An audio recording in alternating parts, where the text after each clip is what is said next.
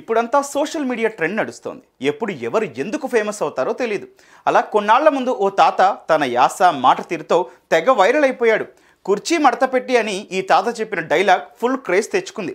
డైలాగ్లో బూతు పదం ఉన్నప్పటికీ చాలామందికి ఇదో ఊత పదంలా మారిపోయింది. ఇప్పుడు ఆ తాత చెప్పిన డైలాగ్పై గుంటూరు కారం మూవీలో ఓ మాస్ పాట కూడా వచ్చేసింది. అది సెన్సేషనల్ హిట్ కొట్టింది. అయితే తాజాగా కుర్చీ తాతను హైదరాబాద్ జూబ్లీహిల్స్ పోలీసులు అరెస్ట్ చేశారు. కీళ్ల నొప్పులు, ఊపిరితిత్తుల సమస్యలతో బాధపడుతున్నారా? RNC super speciality hospital, Chintal, Quthbullapur. కుర్చీ మడత పెట్టి అనే డైలాగ్తో సోషల్ మీడియాలో సెన్సేషనల్ క్రియేట్ చేసిన కుర్చీ తాతను హైదరాబాద్ జూబ్లీహిల్స్ పోలీసులు అరెస్ట్ చేసినట్లు తెలిసింది. నటి స్వాతి నాయుడు, వైజాగ్ సత్య ఫిర్యాదు మేరకు కుర్చీ తాతని అరెస్ట్ చేశారు పోలీసులు.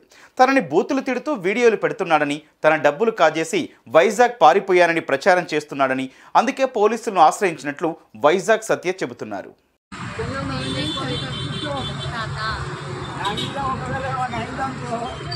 నా పిల్లలు ఒకరు ముగ్గురు కొడుకులు ఏంది నువ్వు తీసాడు ఇంకా మిగిలిందల్లా లక్షలు సంపాదించిన నాతోటి. హైదరాబాద్లోని కృష్ణకాంత్ పార్క్ వద్ద ఖాళీగా తిరుగుతూ ఉండే షేక్ మహమ్మద్ పాషా కుర్చీ మడత పెట్టి డైలాగ్తో బూతులు మాట్లాడేవారు. ఈ డైలాగ్ వైరల్ కావడంతో షేక్ మహమ్మద్ పాషా కాస్త కుర్చీ తాతగా పాపులర్ అయ్యాడు. కుర్చీ తాత, యాటిట్యూడ్ కా బాప్, ఇలా కుర్చీ తాత డైలాగ్స్ చాలా మందిని ఆకర్షించాయి. ఇక ఇలా పాపులారిటీ సంపాదించుకున్న కుర్చీ తాత తన డైలాగ్తో ఏకంగా గుంటూరు కారం మూవీలో సాంగ్ వచ్చింది.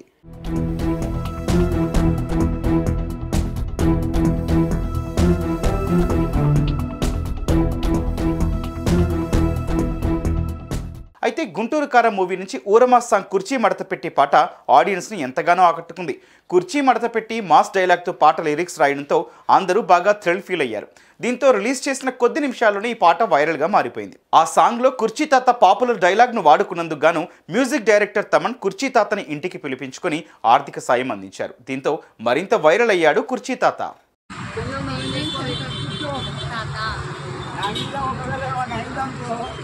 నా పిల్లలు ఒకరు ముగ్గురు కొడుకులు ఏంది నువ్వు తీసాడు ఇంకా మిగిలిందల్లా లక్షలు సంపాదించిన నాతోటి. అయితే వైజాగ్ సత్య సాయంతో తమన్ని కలిశాడు కుర్చీ తాత. వైజాగ్ సత్య వల్లే తనకి గుర్తింపు వచ్చిందని చెప్పిన కుర్చీ తాత ఆ తర్వాత రివర్స్ అయ్యాడు. వైజాగ్ సత్య తన పేరుని యూజ్ చేసుకుని డబ్బులు సంపాదిస్తున్నాడని, అతను కనిపిస్తే నరికేస్తా, చంపేస్తా అంటూ బెదిరిస్తూ వీడియోలు పెట్టడంతో కుర్చీ తాతపై జూబ్లీహిల్స్ పోలీస్ స్టేషన్లో కంప్లైంట్ చేసినట్లు తెలిపారు వైజాగ్ సత్య.